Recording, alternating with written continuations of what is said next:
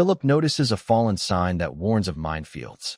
He immediately orders the tank to stop. Philip, Michelle, and Keeling carefully step out to check the area. They soon find a hidden mine that the Tiger tank almost drove over. Philip kneels down and tries to disarm it, staying calm and focused. While watching closely, Michelle notices something scary. There is a grenade placed right under the mine. If it explodes, they could all be killed. Michelle quickly grabs the detonator, but now he is stuck and cannot move his hand. Philip speaks to him gently and tells him not to panic.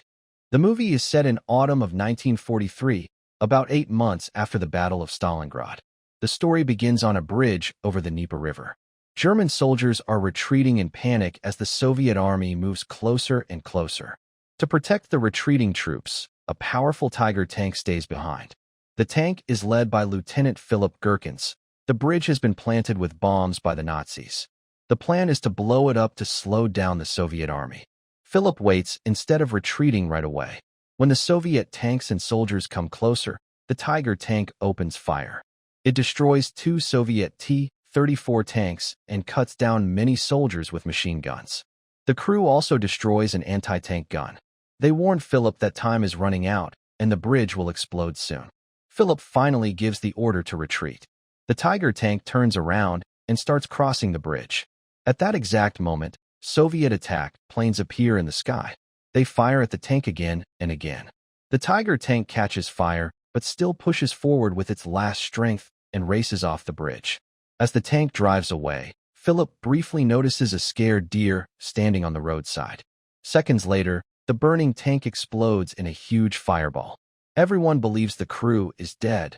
Sometime later, the story continues. Philip has survived the explosion. He sits shaking in the back of a truck, clearly traumatized. He is holding a secret folder. Inside it is a new mission. He must find Colonel Paul von Hardenberg, who is not only his commander, but also his godfather and the godfather of his son. During the journey, Philip struggles with fear and painful memories from the bridge. To calm himself, he takes Pervitin, a strong drug used by soldiers to stay alert. It helps his body move, but his mind is still shaken. With the secret orders, Philip finally reaches his tank unit. To his surprise and relief, his tank crew has also survived the deadly explosion at the Dnieper River Bridge. When the crew learns that they are not getting any rest, but are being sent on another mission, they prepare the Tiger tank to move out again. Their orders are to travel through land that is currently neutral. The Germans have already left the area, but the Soviet army has not arrived yet. It is a dangerous place where anything could happen. After finishing their preparations, the Tiger tank drives into thick, dark forests. As they travel, the crew talks about Colonel von Hardenberg. He is hiding in a secret bunker and was involved in planning the German retreat from Stalingrad.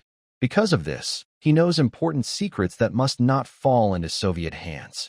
On the road, they pass German soldiers putting up wooden signs to guide other retreating units. When night falls, the tank stops so the crew can rest. They talk about the bridge battle and are amazed that they survived without burning alive.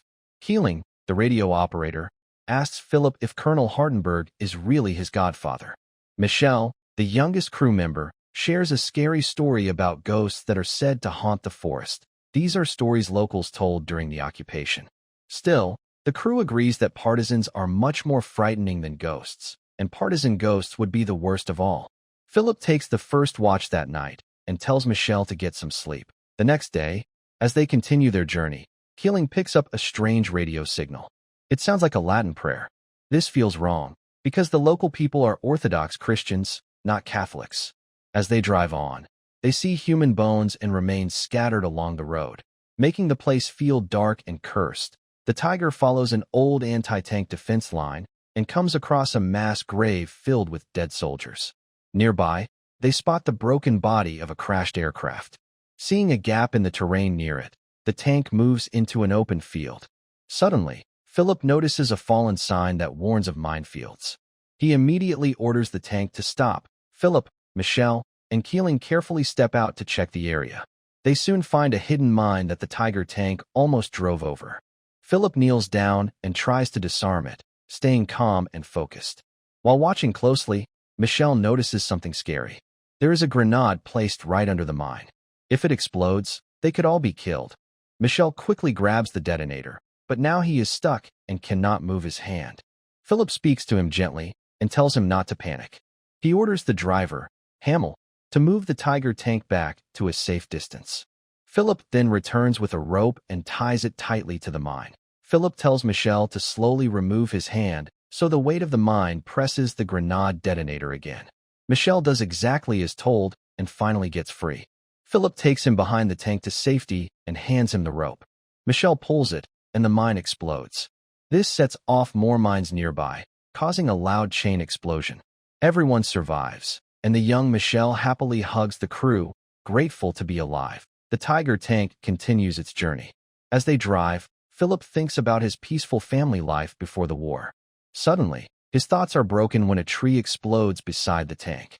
A Soviet tank hidden nearby has fired and missed. Philip quickly spots a Soviet Su self-propelled gun ahead. Knowing they are in danger, he orders the crew to retreat and fires smoke grenades to cover their escape. The Tiger tank retreats into an open field, where the crew suddenly spots 3 more Soviet vehicles ahead. Philip quickly understands that they are outnumbered and cannot win this fight. He orders an immediate retreat toward the river to escape. When they reach the shore, Philip tells the crew to get out of the tank. He prepares the Tiger for an underwater crossing, even though none of them have ever tried this before. They seal all the openings and attach a long exhaust pipe. Slowly, the Tiger rolls into the river. The exhaust pipe stays above the water, releasing bubbling smoke and hot gases. Philip makes a risky choice and orders the engine to be turned off, even though the driver, Hamel, fears it may not start again. Inside the tank, the crew listens nervously as Soviet engines pass nearby. After some time, water begins to leak inside. Hamel tries again and again, and finally the engine roars back to life. The soaked Tiger climbs out safely on the other side of the river. They continue driving through the night. To keep everyone awake and alert, Philip gives the crew Pervitin. Soon, they see campfires in the distance. They discover German soldiers looting a village under the command of Colonel Krebs. Civilians are being beaten and locked inside barns. Philip shows his secret order and asks Krebs for fuel. Before agreeing, Krebs orders one of the barns to be burned with the prisoners still inside. Shocked and disturbed by what they see, Philip and the crew leave as soon as they get the fuel. That night, they sleep inside the Tiger, troubled by the cruelty they witnessed. That night, the crew drinks together and talks about their lives before the war. They share memories of home, family, and happier times. Later, Philip steps outside to smoke. Gunnar Weller joins him and talks about his vineyard back home. He invites Philip to visit after the war, hoping they will both survive. The next day, the Tiger reaches an old, ruined mill. Philip feels something is wrong and orders everyone to move carefully.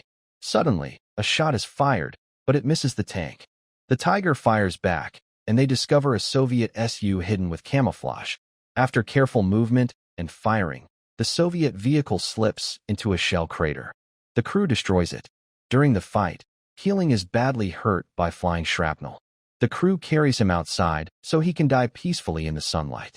They bury him in the forest, saying goodbye to their friend. Later, Michel looks inside the destroyed Su and finds burned Soviet soldiers inside. Their bodies look old, as if they had been dead for a long time, which leaves the crew uneasy as they continue their journey. This discovery scares the crew deeply. They begin to question their mission and what is really happening.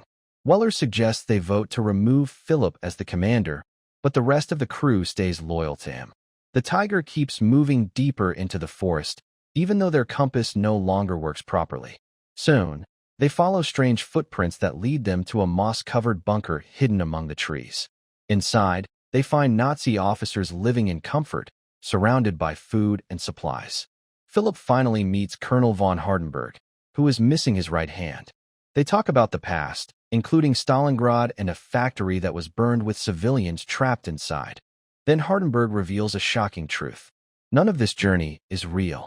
Philip's family actually died long ago. The bridge crossing never succeeded. The Tiger was destroyed, and the entire crew died in the fire. Everything Philip has experienced since then is only a dying hallucination, created by guilt and trauma in his final moments.